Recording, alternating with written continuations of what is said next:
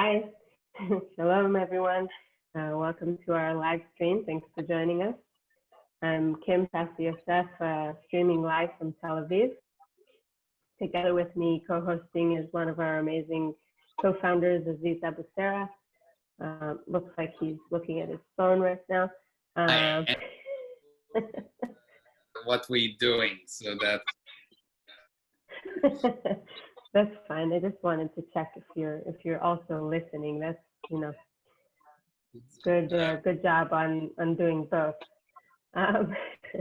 So thanks again for joining our live stream and today's episode.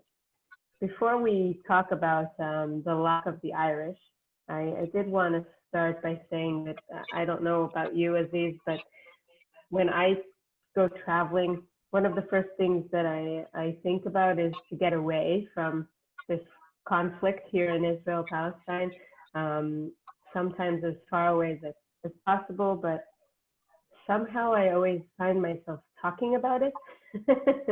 Every time I mention that I'm from Israel, and it doesn't even matter where in the world I am. So, and I think that it actually comes relatively to be kind of important for our conversation today with the two people joining us. You feel the same? and it's the same for me. I think what I find is so many times our conflict manifests itself in other locations and other places, and so we'll talk about that in a little bit. And Ireland is one of those locations where when I went to there, I just felt, the murals, everything I was seeing, it was representing actually the Israeli-Palestinian conflict. I was confused. I was there about 7 or 8 years ago. I was like, I think there's more pro-Palestinian, pro-Israeli stuff in Northern Ireland than on our own walls. So it's fascinating. And but before we go into Israel and Palestine, I think let's go into Northern Ireland and understanding the history of that place. It's a beautiful place. I felt not just because of the graffitis, but I felt totally at home being there. Actually, this is the first time I met with Gary Mason, Reverend Dr. Gary Mason, about 7 or 8 years ago. And I was very impressed with civil society work there. I met with dozens of organizations and people. It was just incredible. And I felt there's so much to learn, Israelis and Palestinians, from it, other places as well. Not that the conflict is completely over. It's still, there's still things going on, and reconciliation process is a long, long process. That's something people need to remember. It's not just signing an agreement. So today we have Gary Mason and we have Niall Keenan, who will talk to us about the history. They both come from different backgrounds, and we will hear about that. Actually, I was supposed to be in Northern Ireland in about a week or so to do a tour where we have a Catholic and Protestant, if you wish, or a Republican and Unionist, or how you want to divide it, lead a tour for us for Mejdi there, and we had to postpone it because of the coronavirus situation. So I thought a good way to start with both of you, maybe Gary, you can start, Niall, you can continue, is tell us a little bit about the history of the conflict, the troubles. It would be good for people to know the background of Northern Ireland and what's the story. Okay, I mean, words are fascinating there as well. I mean, even the phrase Northern Ireland, for some people from Niall's tradition, is a word they don't often use. Even Northern Ireland being formed as a state there, which was in 1921. Some people will say the creation of the state.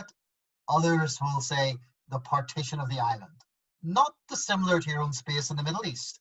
Is it the Nakba or is it the War of Independence? So it depends on what narrative you're actually bringing into this space. So because of time, we're not going back to the 13th century. or we'll be here forever. This will be a long history lesson. 16th, 17th century was an interesting space as well, where you had, again, a word you know in your space, planters or settlers, coming from the lowlands of Scotland and England to that northeastern part of the island of Ireland. But let's just move into the 20th century. We'll keep it relatively simple. The tradition I grew up in, the kind of British unionist tradition, we've always had this sort of semi-love affair with London, for better or for worse, I guess, at times.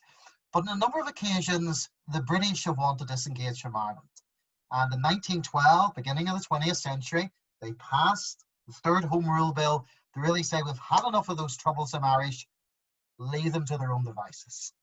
On my side of the fence, we ended up with an army of 100,000 men, heavily armed. On Niall's side, they ended up with an army of 100,000 men, about to go to war when the First World War broke out. And many of those men who were ultimately going to probably kill each other ended up fighting together on the fields of France and Belgium against the Germans. In 1916, we had a rebellion or rising in Dublin, a series of civil wars, War of Independence, then an internal civil war, and eventually the southern part of Ireland, which is today called the Republic of Ireland, came about in the sort of early 1920s. With the resultant effect, within Northern Ireland, you had a 2/3 Protestant Unionist majority and a third minority who were Catholics. And even as someone growing up in that Unionist tradition, the conditions for those in the Catholic tradition, you have to be honest around this, there was discrimination against Catholics in the area of housing, jobs and education. We eventually spilled into a civil rights movement in the late 1960s. Catholics, but also liberal Protestants were involved in that, looking for equality. And unfortunately, we ended up, and there's many books and sermons and analysis around that, we ended up spilling basically into what was a kind of low-level civil war.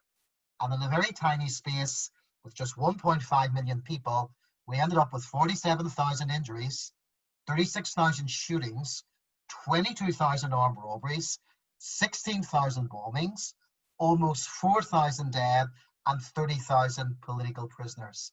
And I often say when I'm speaking in the US, if the conflict that Niall and I lived through had have happened in the United States, you would have had 800,000 dead and 6.4 million political prisoners. So even though the Good Friday Agreement was a very successful peace process, even 22 years after that, a lot of the work that Niall are doing, even though we grew up in different spaces and different traditions, is the work of legacy, the work of dealing with the past, and primarily ensuring that the gun is finally out of Irish politics.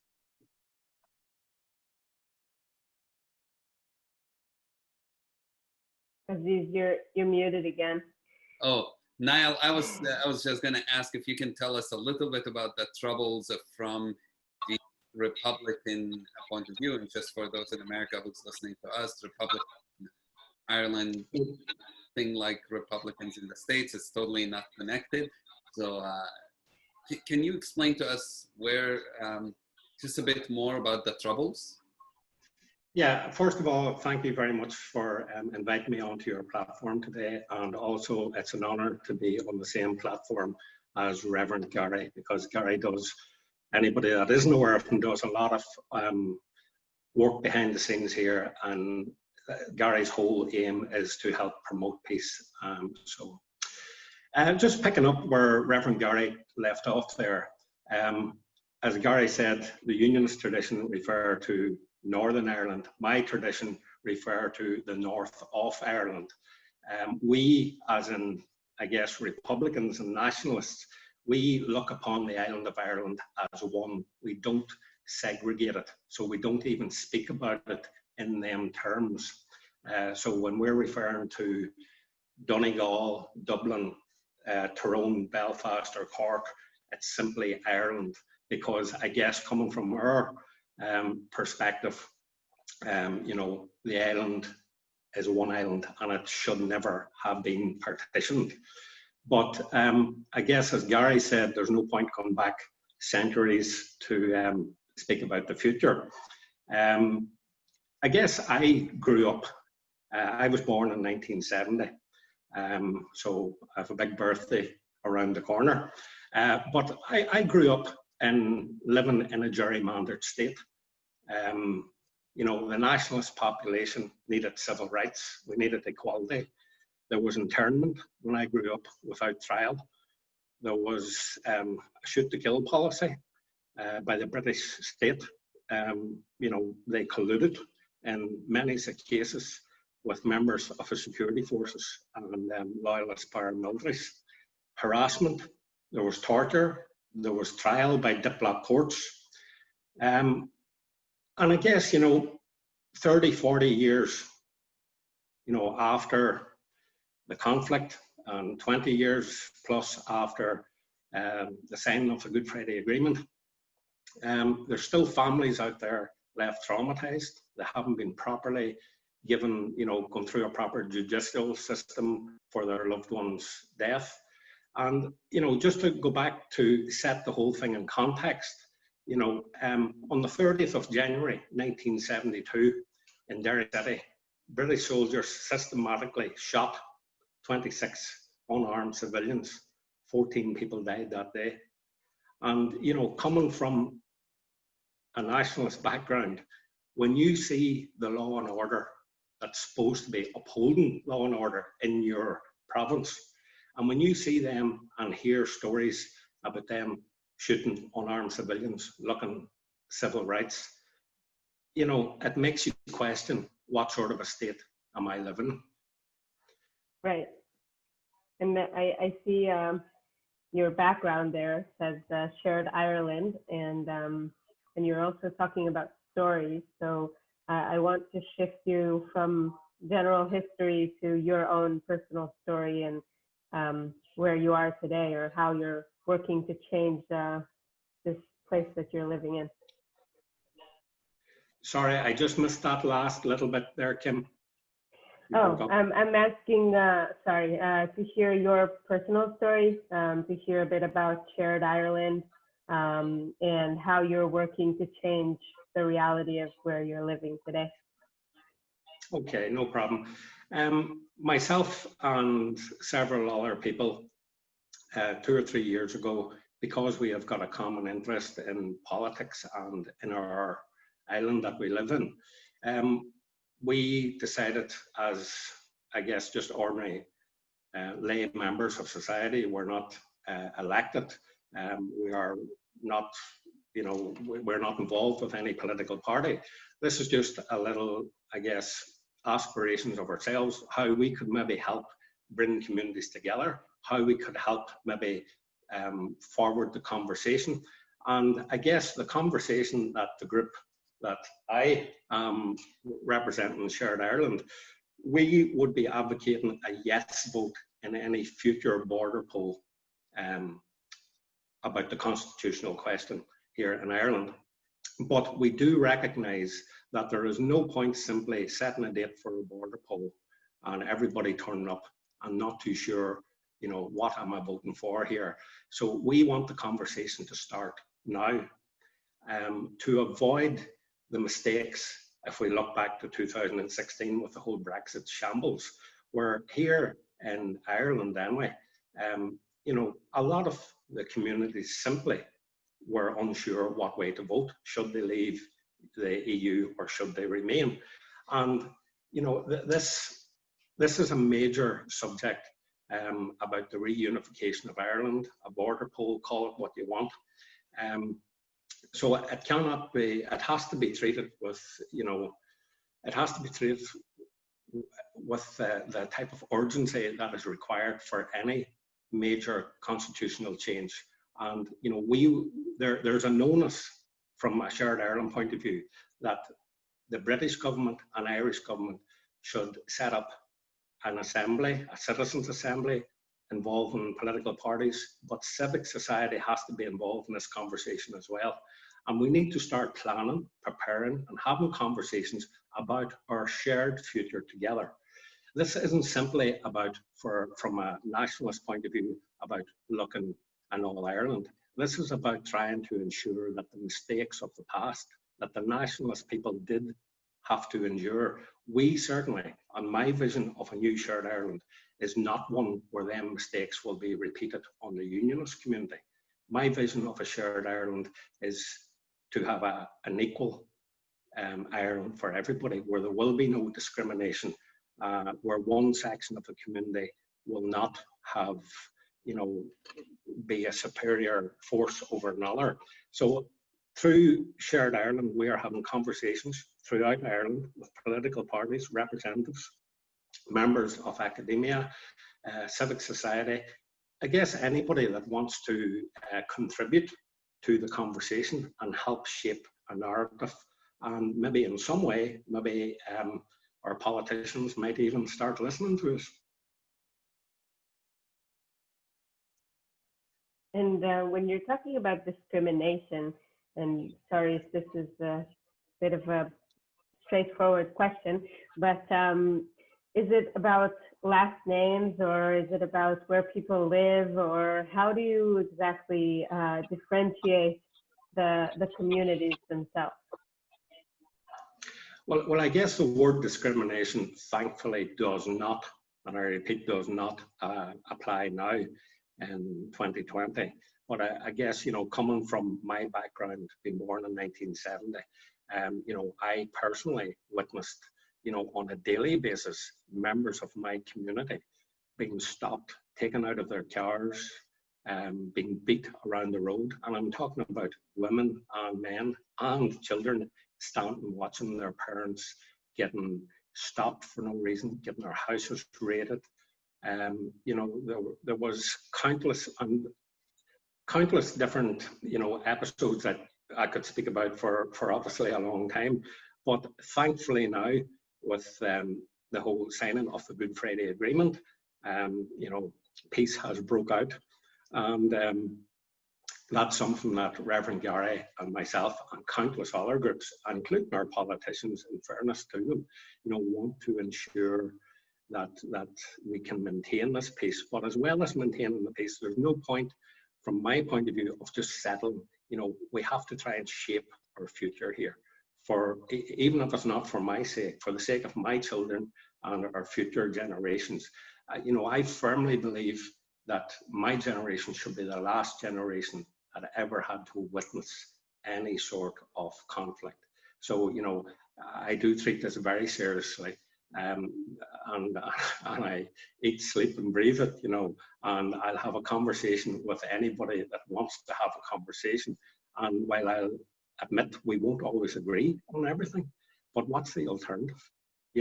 The alternative is something that, as Reverend Gary said, over 3,500 people died here. Countless others still walking about with post-traumatic stress disorder, people losing limbs.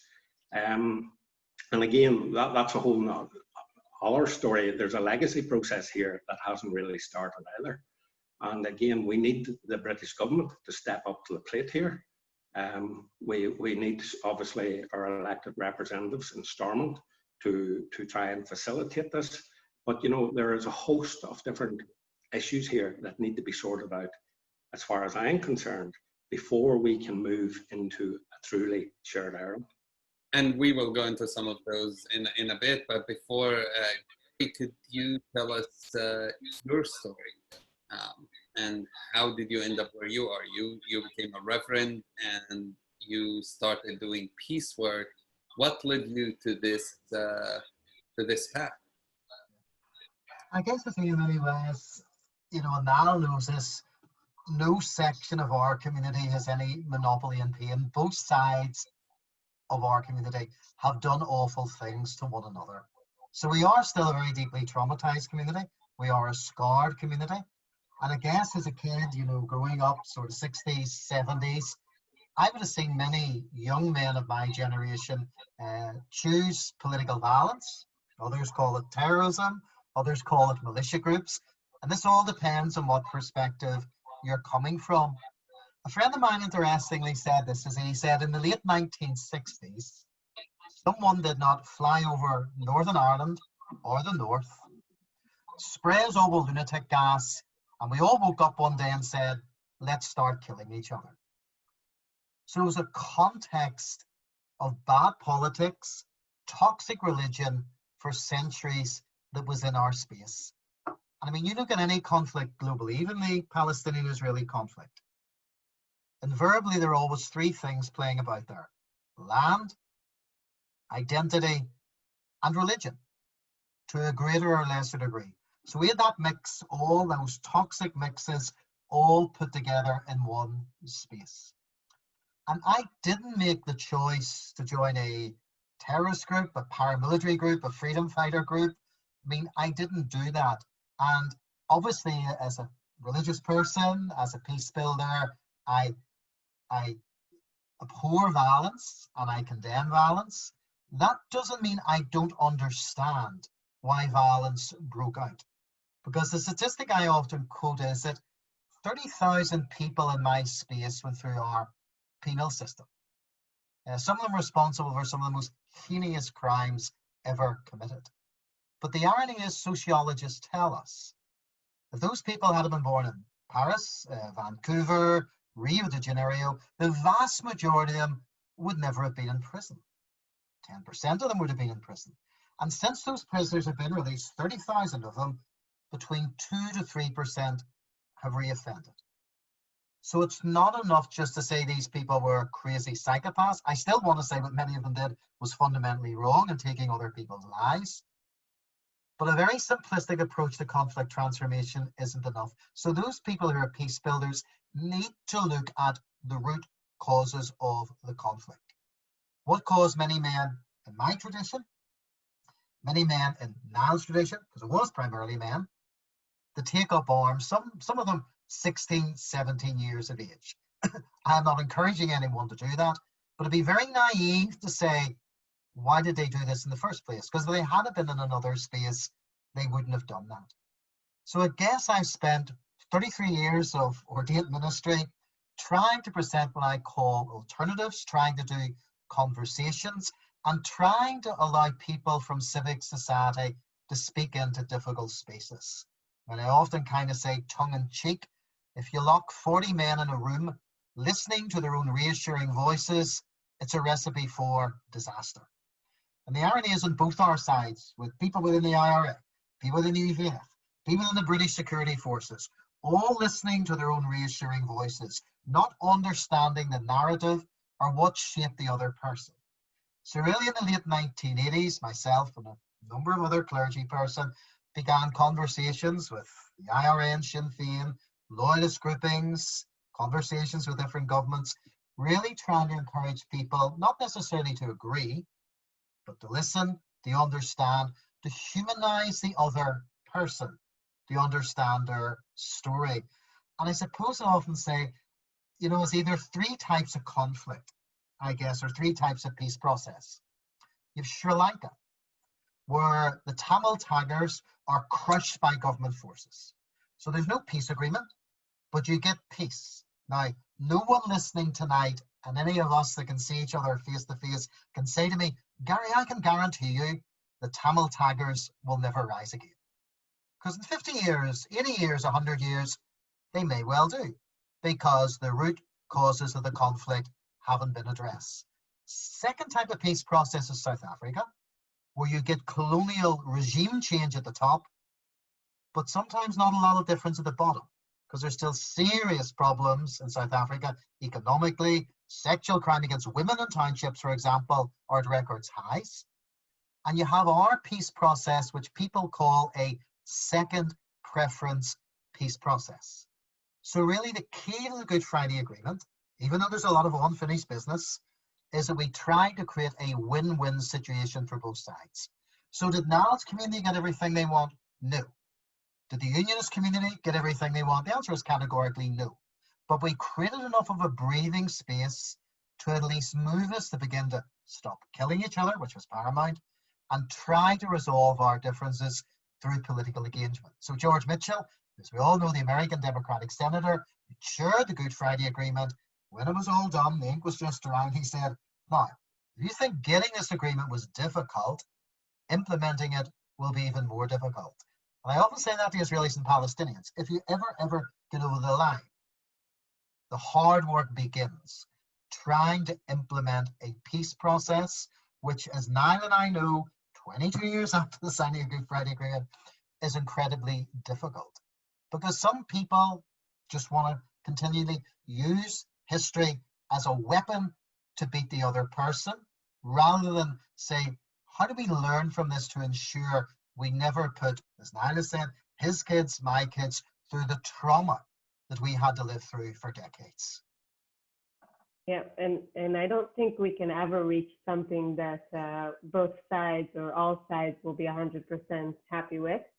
But it does get me thinking about COVID and the way that you've been dealing with it, because here we definitely saw a lot of cooperation. Maybe it was behind the scenes, and maybe some governmental officials decided to use it to their favor. But there was definitely a lot of work done together between Israel and Palestine. Do you think that, or just can you tell us a little bit about how this whole situation affected Ireland and Northern Ireland? Niall, do you want to kick off there and I'll come in?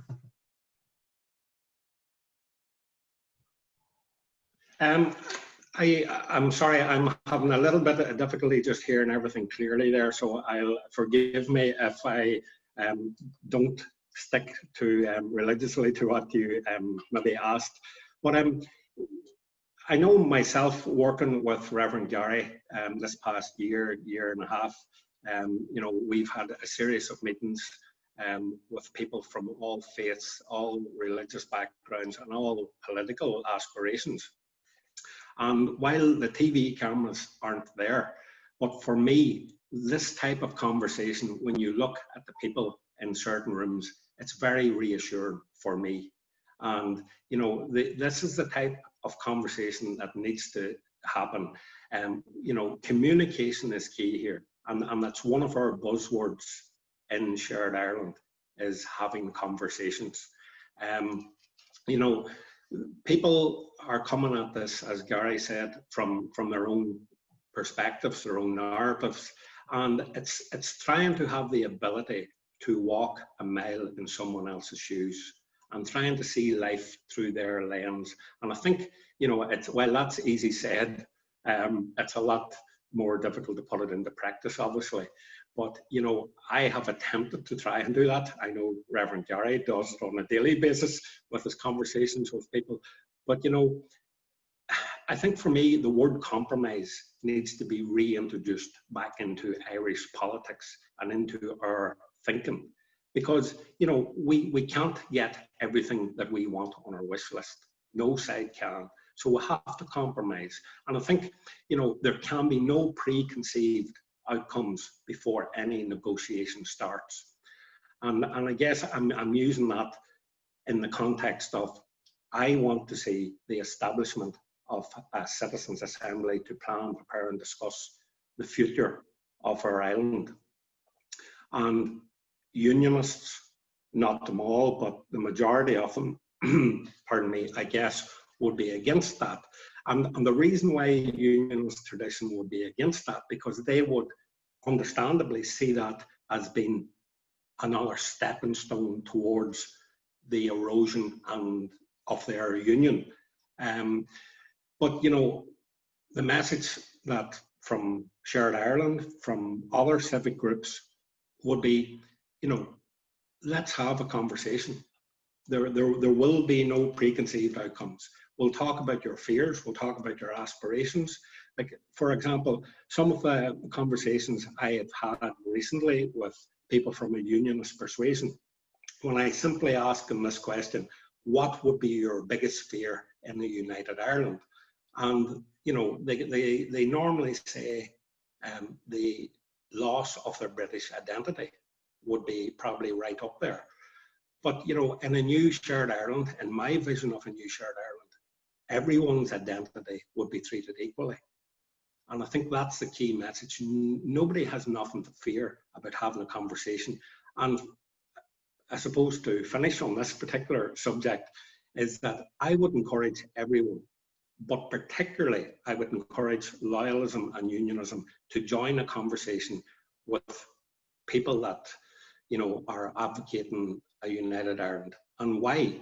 Because without their input, then they can have no stake in the conversation, and they'll have no stake in shaping a new Ireland. Because the reality of the matter is this: times have changed, and an ex-leader of the DUP, Peter Robinson, gave a speech a year and a half ago where he even said himself, that the time is coming where, unionism is going to have a conversation with itself first to realise that, they cannot be like ostriches and bury their head in the sand. And I don't mean that in a disrespectful way, but, within the next 5 years, I firmly believe that there will be a referendum on the future of Ireland. And I would encourage everyone to sit down and have these conversations privately and publicly. Thank you, Neil. Gary, I want to hear a bit about the coronavirus and how it's affecting Ireland, but maybe also you can mention, Niall was talking about conversation and working together, and maybe some of the work you have been doing and what kind of projects are happening with your organizations, but maybe also in general in the civil society. Are these conversations happening? What kind of projects? You mentioned unemployment, for example. I remember when I met you first time, that was one of the projects you were working on. So, and yet, if anybody goes to Northern Ireland today, they quickly will see segregation still does exist. It's in many times voluntary segregation, sometimes maybe not. There's still the peace wall, which separate neighborhoods. So how is reconciliation really happening today, and what you guys doing to advance that reconciliation? Hey, Kim, just a quick one on your COVID-19, and then I'll spill into Aziza. It's interestingly, and these people will be completely nameless. There's been lots of cooperation across the political divide, delivering food hampers, etc., etc., etc. But one of the interesting things, people who would be very senior figures in the IRA and another generation, in the UVF, UDA, and other loyalist groupings, who I've been in conversation with, a number of them have been saying this to me, interestingly, very pastoral. They said, isn't it an irony, Gary? We've been trying to kill each other for decades, and here is something that we cannot see may actually kill all of us. And perhaps when we get through this COVID-19, and I often say, maybe, just maybe, we may hear each other in a better way, having realized the actual fragility of human existence. So that's one of my hopes that when we come back, I know I'm not looking for like miracles, but some of the groups that Niall and I are involved in, and the conversations are pretty good overall, but I'm just hoping that people will bring an even more gracious attitude, having lived through the dreadful experience globally that we've all lived through. I mean, the reconciliation thing is, I often actually quote a South African professor who was a Dutch Reform professor. And I often remind people as a religious leader, let's remember that the Dutch Reformed Church in South Africa had a very elaborate theological system to prop up apartheid. So I never let religion off clean in these discussions. Having lived and breathed it now for a number of decades, religion can also be very abusive and can be, because it is a very powerful mechanism. So this South African professor who's in the Dutch Reformed Church, who had his own journey, said this. He said, reconciliation is no cheap matter. It does not come about by simply papering up deep-seated differences. Reconciliation presupposes confrontation. Without that, we do not get reconciliation, but merely a temporary glossing over of differences. And he suggests that the running sores of society cannot be healed with the use of a band-aid or sticking plaster. He suggests we need to cut right into the very bone. So if it's, in your context, Islamophobia or anti-Semitism, in my context, in Niall's context, if it's sectarianism, in the United States, if it's racism, these are not nice sipping lattes or Chardonnay conversations. So I'm going to suggest people sometimes make reconciliation. It's a very soft thing. After doing this stuff for decades, this is painful, protracted, and difficult to try to find common ground to move forward. And so in committing yourself to this work, it is not without its ups and downs. But in our context, humanizing the other person has been absolutely crucial. There was actually a Jewish theologian, Kim, who said, dehumanization precedes genocide. So if you dehumanize another person, it is much easier to kill them. I was involved in a conversation last week with people you will know, Robbie in Perrin's Circle and Bassam, a Palestinian living in Jericho. I did that last week as part of a program with a university in the United States. And as Robbie said, the Palestinian sniper who shot her son, wrongly, in my perspective, was not shooting David, he was shooting the uniform. So he was dehumanizing him as an Israeli, because he never had a meaningful relationship with him. And the same theologian said this, and I think this is absolutely key. He said it was words, not machines, that created Auschwitz. So I'm going to suggest to all your listeners tonight, language is absolutely crucial. Why do I say that? Because I think globally now we have what another theologian calls linguistic violence. The way we speak of the other person, demonize the other person, tarnish the other person.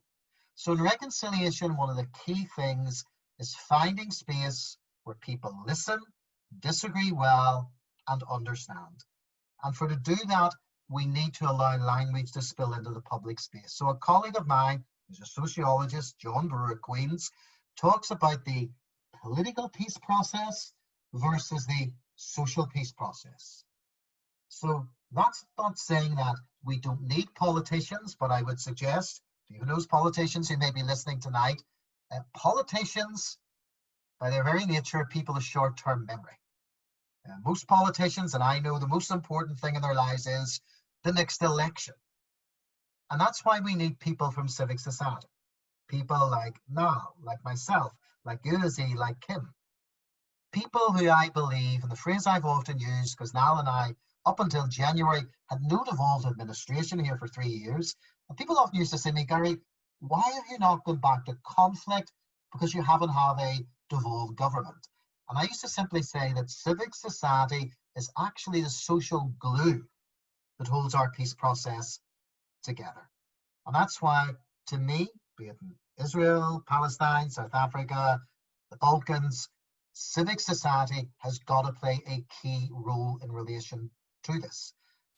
That's not rubbishing politicians. We need politicians. They have a certain skill base, which is not necessarily always the skill base of the peace builder, the reconciler, etc., etc. So for me, if you want to put this in sort of management terms or even medical terms, peace building has to be a multidisciplinary approach. We need all voices at the table. And that in our context has been absolutely crucial. And you're talking a lot about bringing people together and seeing each other and hearing each other and sharing the different narratives. Do you feel that there's starting to be a difference with the younger audience? Do they think differently? Are they seeing things in a more, I guess, peaceful way or no? Yeah, I mean, I think it's changing slowly. So I'll give you a couple of examples and then pass over to Niall. In the 1970s, if I had done the dreadful thing of dated a Catholic, apart from the fact my grandmother would have murdered me for dating one from the other side, you'll never bring one of those into our house, she would say. So that's the joys of grandparents in the generation they grew up in relation to that. So in the 70s, probably 2 to 3% of what we call mixed marriages or marriages from either tradition. Today, actually, it's around about 20% of long-term partnerships and marriages are between the two traditions. So I'm not saying I'm an incurable romantic and romance will solve the problem, but I think more and more young people are engaging. And the identity thing. So I'll give you an example of that. So if you were to say to me, Gary, are you British, Irish, European? I'd actually say no, actually, I'm all three. I've been shaped by my Britishness, by my Irishness, and by my European, even though they're ripping me out of Europe, which I don't want to because I'm against Brexit in that sense. But the last census, 25% of people designated themselves a new category, Northern Irish. So they're probably your generation, Kim, who are saying, I don't want that very tight British label or that very tight Irish label. And I think that, you know, sometimes I often say complexity and confusion can be the friend of peace. That we're just not as rigid in those identities as what we were in another generation. Thanks, Gary. And before we go to Niall, I'll just say that this is time to ask questions. If anyone from the audience or the listeners has any questions, you can write us on the Q&A and also on Facebook if you're listening there. Niall, the floor is yours. I suppose just leading on from your question about, you know, how the youth of Ireland is looking at this. Just tell you a wee story first. An ex-British soldier who has become, well, a friend of mine, in a conversation once, we were chatting, and he said this, and I'm going to try and quote him here accurately. He said he was born into two bastard states. One bastard state focused on marching, and the other bastard focused on religion. And what he was referring to there is the north of Ireland focused on marching rights, being predominantly unionist, and the Republic of Ireland, as he seen it, focus was run by the Catholic Church. Now, thankfully, that no longer is the case, particularly in the south of Ireland, where, you know, it's now removed the shackles of a Catholic-run country, and it's a very liberal, multicultural society. And in fairness to here in the north of Ireland, you know, it is no longer a state run by unionist people for unionist people, you know. So thankfully, them days are gone. But I guess just getting back to your question about the youth, you know, no child is born sectarian. You know, they're a blank canvas, and it's how we as adults and as their parents, it's what we do and our actions. And as Reverend Gary rightfully said, language is vital here. Even, you know, going about our everyday business in our own house, you know, is it a good environment to be talking about, you know, I hate Catholics, I hate Protestants, or whatever. You know, children are sponges, as we all know, and we all influence them. And, you know, there's a big debate going on here at the moment, and has been for quite a while, about, you know, integrated schools where, you know, you don't send your children to a predominantly just a Catholic school or a unionist school, Protestant school, whatever. That, you know, and certainly for my money, there could be definitely a lot of mileage in exploring this further, because, you know, if we have our youth going to school together from all different religious backgrounds, and, you know, they're not being taught a certain narrative at an early age. And the hope would be then that as they grow up and get into their teenage years, that, you know, they wouldn't be looking at the other side, as is commonly known, as if they had horns on them, you know. So there's many different sort of model that we could look at here. But I'm going to steal one of Reverend Gary's famous lines.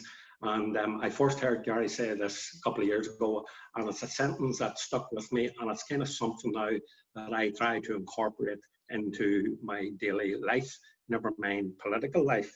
And it is learning to disagree with each other respectfully.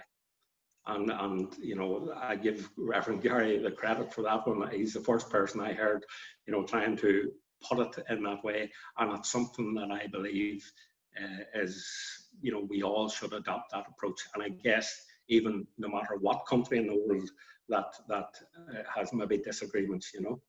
Thank you. Gary, I mentioned earlier that we were supposed to be together just soon on a trip to Belfast and to Derry, Londonderry, that we couldn't do. But one thing that was very interesting for me when I came to Northern Ireland for the first time is realizing that most travelers who go to the Republic of Ireland don't cross the border up north. Even though there is no checkpoints anymore, you can drive, you can take a train. And once I looked at, say, people were afraid to actually go. But even those who do come, you know, they might learn about the conflict by taking a black taxi tour. But that's a 2-hour tour. And honestly, depending on who your driver is, you will get one version or another of what happened there. And it's very incomplete. When you think of, you've worked with different programs coming, we've been friends and partners, we're working together on those tours. What do you think people need to do when they come visit Northern Ireland? Should they be afraid really of coming to visit Belfast or Derry or any of this? Absolutely not. I mean, Belfast is fun, and Derry are probably two of the safest cities in the whole United Kingdom and Ireland, categorically. As I used to tease people who did come during the conflict, who were always a little bit edgy, I says, don't be worrying, we only kill each other. As an American, Palestinian, Israeli, you're perfectly safe. In a sense, even that joke is no longer valid because no one in our space is really killing anyone now. So we do have one of the lowest crime rates in the whole of Europe, there's no question about that. It is an incredibly safe space. So anyone that's listening in who's thinking of these trips, with regard to safety, cast hand guarantee, it's a very, very safe space. And as you know, see many, I mean, I have had 1,000 Israelis and Palestinians in Belfast in the last 6 or 7 years, and of all shades of opinion. Because, I mean, if I was only bringing people who were on the left to Belfast, so you do have to bring in your extremes and peace processes and make sure all voices are at the table. I mean, sometimes they come as Israelis in their own, sometimes they come as Palestinians, sometimes they come together. That can be difficult to manage, to keep those disagreeing well conversations that Niall has referred to. But for people sometimes I've felt to get out of your own space is absolutely crucial. To get away from the toxic atmosphere of the Middle East or the Balkans, or during our conflict, the toxic atmosphere here, and go to other spaces is absolutely crucial. And it's not saying to people that the Good Friday Agreement is the template for the Middle East, but it is saying this, that it is a very basic template. Most conflicts result in a breakdown in relationships for a multiplicity of reasons. So I'm the one saying they're identical or similar. As I said earlier, you have always a little bit of this land's mine, it's not yours. My identity is superior to your identity, or my religion is definitely right and yours is screwed. So there's always a little bit of that in there. And I mean, just very, very quickly, because I know we're moving towards close of play. When Israelis and Palestinians are here, they say to me they learned 5 lessons. I don't say this, they tell me this. They say, Gary, political leadership is essential to achieving peace. A phrase I often hear as well in your space continually from both Palestinians and Israelis, Gary, you don't understand, we don't have a partner for peace. And I often remind them, when I first met people within the Republic and our IRA tradition in the late 1980s, it was not hugs and kisses, trust me, it was not. So when we went in that room for the first time, relationships began over a period of time where we learned to listen, disagree well, and understand. The role of civic society, they also learn, is absolutely crucial. And interesting, the conversation always comes up about security. We only got real security here in our Irish context when we dealt with the root causes of the conflict. That was the way we got that. And we came to realize here in the early 1990s the futility of violence. You know what? Niall's community and my community, you know, we had enough weaponry to kill each other for the next century. But thankfully, through leadership on the Republican side, nationalist side, unionist side, loyalist side, British Irish government, American administration, European Union, we had enough visionaries and leaders who had the courage, the stickability, the persistence, the determination to cajole us and get us over the line. So that was absolutely crucial to realize this can go on forever. Yeah. Or we can make compromises and try to rebuild this painful space called Ireland in which we live.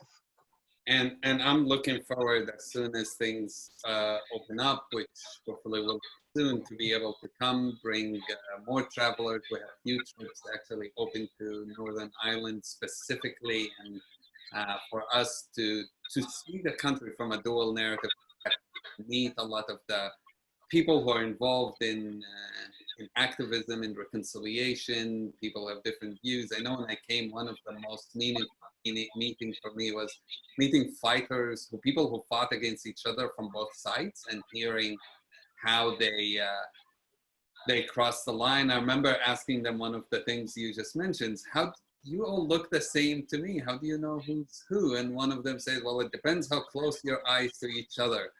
And and apparently there's lots of stories around that. Nothing like being there and like hearing. And one thing I think people forget is we talking about all the political aspects, the history and the conflict, but Northern Ireland is incredibly beautiful as well, which is something forgotten. The fortresses, the old wall in Derry, Londonderry, there's so much to see in the country. As you can see by Reverend Gary, you can't distinguish us by our hair either. You know, we look the same. The story is just I often tell, and that's sort of normally people often ask, how do you know? And the illustration I normally get, well, let's pretend it's the 1970s. I see this pretty girl on a dance floor, and you're tuned. You want to know, is she one of my tribe or the other tribe? So normally the first thing you ask is you ask their name. So let's say they use a neutral name like Kim there, and you go, don't know. She had said Bridget, Catholic. She had said Elizabeth. She was called after the Queen. She was a Protestant. But not to be deterred, the next question you ask the girl on the dance floor is, well, where do you live? Because 90% of us live in segregated areas. But again, let's assume this girl is a rich girl and she lives in an area called the Malone Road, which is affluent and mixed. But not to be deterred, your third question on the dance floor is, tell me what school you go to. And as Niall knows, only 7% of our schools are integrated.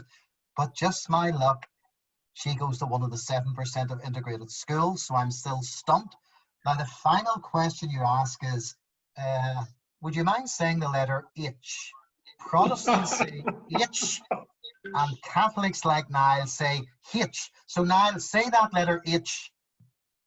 I'll say it the proper way, the way it's supposed to be pronounced, Gary. H. You see, we can't even agree on the letter H. You know? And if I could just add there, if you were speaking to a male, you would ask him what football team he supported. Right. Well, I hate to almost go into another question because this would have been the perfect end. But Niall, we have a question here that talks about the recent elections, and Sinn Féin, which is the party that wants to be for Northern Ireland to be united with the Republic of Ireland, has picked up quite a few seats, and there's a shift in politics in the area. What does that mean? Is that getting you closer politically to leaving the UK and joining Ireland? Is that because of Brexit happening? I assume that's the implications. And we don't have much time, so I'm going to ask you to answer this complicated question literally in 2 minutes so we can finish within an hour of when we started. Okay, in order to do that question justice, I would need 3 hours, but I'll try and sum it up for you in the best way I can in 1 minute. There hasn't been a shift, I don't believe. Sinn Féin always had a support base.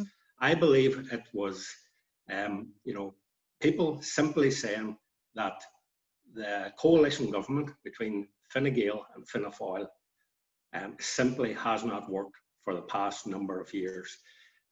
Dublin and Southern Ireland has seen record levels of homelessness. Donegal is in the 26 counties, and Donegal people will tell you they are known as a forgotten county. You know, the Fine Gael and Fianna Fáil simply are not in touch with the people. The people came out and rightfully told them that we're fed up with this, we've had enough of it.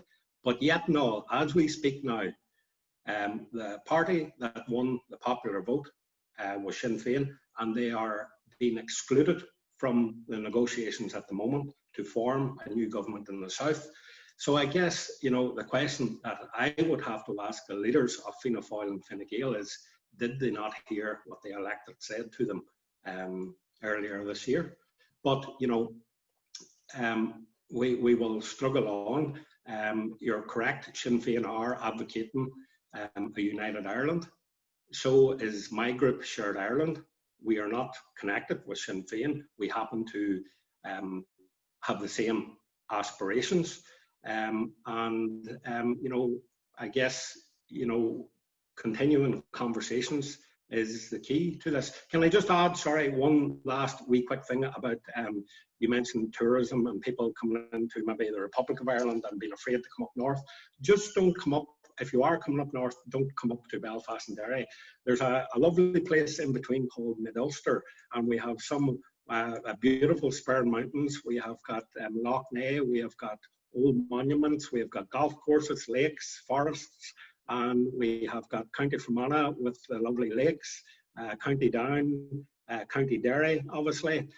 So just don't visit Belfast and Derry if you do decide to come up, please. Thanks for giving us all names to Google and look at some beautiful pictures. And that's what we always encourage everyone to do. Well, thanks for answering all of the questions that we had. This was fascinating, and I'm sure that everyone is now interested to jump on a tour. Hopefully we can do that soon. Before we close up, we do have the photo contest winner to announce. So we ask you to send us pictures of crowds. So this is a crowd in Estonia. Thank you, Sharon. Awesome picture. Very crowded, and I know that now after COVID, it kind of hurts to see that kind of picture. And thank you, Valerie, too, for sending us this picture in India and Pakistan border. These are, I mean, I don't know, every time I see these things, this kind of makes me move around funny. So the winner will receive Aziz's book, Crossing Boundaries, A Traveler's Guide to World Peace. And for next week, we ask that you send us a picture of wildlife. And these pictures, actually, funny, it's two pictures that Aziz took and two pictures that my husband, Adam, took. And they're always fighting who has better pictures of wildlife, especially. So I see that we couldn't choose. What will Adam say about Aziz's picture getting some more some more highlights? But anyway, we asked you to send us pictures of wildlife, this amazing monkey, or anything that you've seen, and add a small context for us so that we know where it was taken. And next week is going to be amazing because one of my dear friends, Mark Bauman, is going to join us. Mark is the head of Virtual Wonders, but before that, he was a vice president of National Geographic. That's where I met him. He was in charge of content. He was in charge of digital work at National Geographic. And then after that, he was a vice president for the Smithsonian. But Mark has been a good mentor, I know, for me, and a good friend for the last 10 years. So we will talk to him about many things, but one of it is what do you do innovating in those days? How do you use technology in travel in these days? We will also talk about his background a little bit as a journalist. Mark Bauman covered quite a few of, unfortunately, the conflicts around the world, from Central Asia to the Gulf countries, the Iraq war.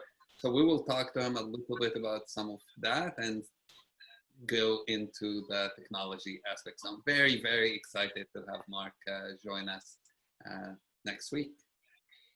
And thanks again, Gary and Niall. I definitely enjoyed it, and I can already see people on our chat also enjoying it. So thank you so much for joining us. And a reminder to everyone, it's not where you travel, it's how you travel. Okay. Thank you, everyone. Best wishes. Thank you, everyone, as well. I really Bye. enjoyed the conversation.